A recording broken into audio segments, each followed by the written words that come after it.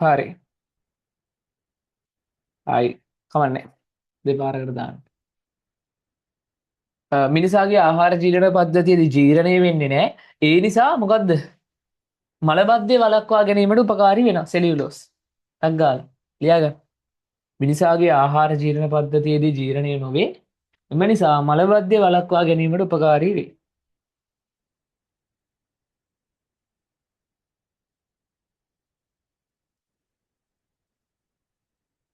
පෙන්වන්නද ඔයාලට අන්බොක්ස් කරන්න ගියේ ඔයාලට? පෙන්වන්නද? පෙන්වන්නද? හැබැයි ඔයාලා කැමති දෙයක්. මේදී පෙන්නම් කෙලගිලින්න එපා. යක්කඩෝ කෙලගිලින්න එපා. පෙරේතයෝ ටික.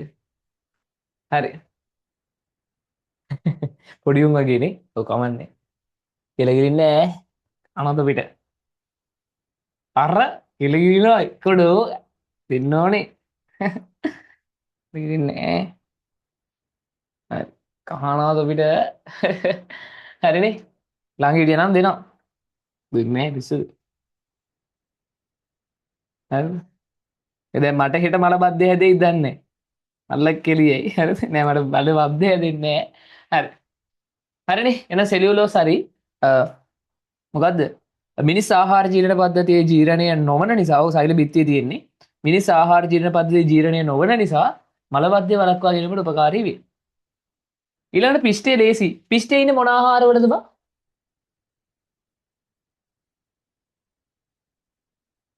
පිෂ්ඨයේ ඉන්නේ මොන ආහාරවලද? හරක් මස් කුකුල් මස් එහෙම වලද?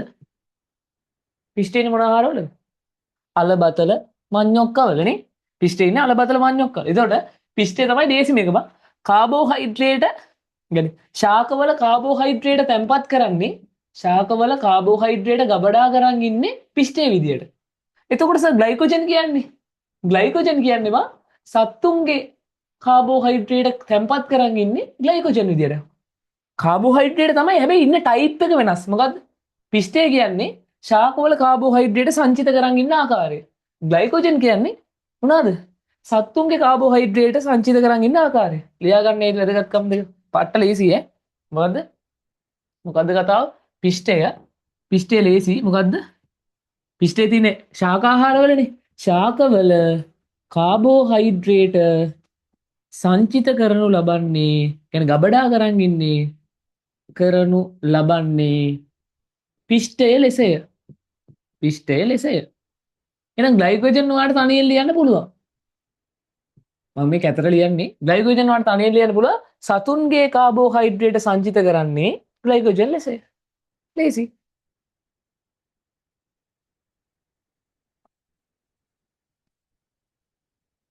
ඔන්න මේ ප්‍රශ්නෙට උත්තර හරි. එතකොට 7ත් හරි 8ත් හරි 9ත් හරි 9 වෙනකන් හරි. හරි. සර් කීයටද ඉවර වෙන්නේ? හරි.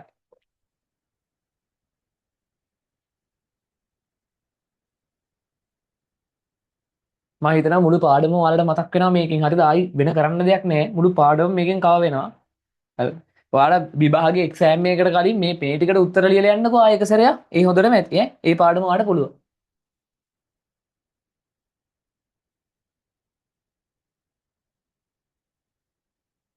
සර් 9ට උත්තරේ 117යි බං මං කිව්වේ. 117.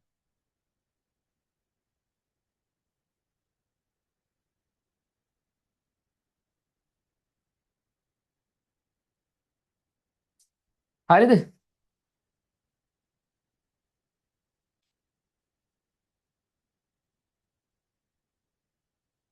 සර් කවදාවත් නැතුව අත්කොට ෂර්ට් එකක් ඇඳලා.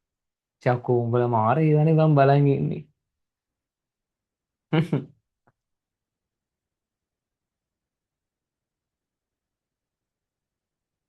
ඔය ටයිප් කරන්න මොකද යනවාද බං?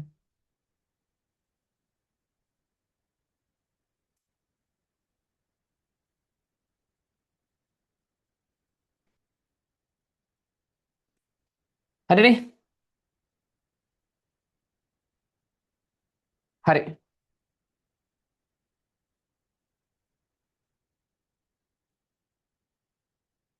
හරි කියලා හිතනවා. හරිද? ඔයාලා මේ දැන් පේපර් ක්ලාස් එකට ඊළඟ දවසේ අපි දානවා දෙවැනි පාඩම. ඔව් සරල රේඛීය චලිතය. ඒතකොට තියරි ටිකක් කරනවා ඉක්මනට මේ සෙනසුරාදා. දානවා ඔයාලට ඔව් මේ සෙනසුරාදා ඔයාලට දානවා සෙමින එකක් සරල රේඛීය චලිතය කරන්න. ඒතකොට ඔයාලට ඒකෙන් පස්සේ පේපර් ක්ලාස් එකේ මේක කරන්න පුළුවන්.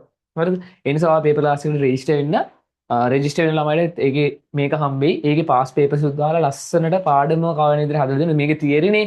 ඒක කම්මැලි නේ.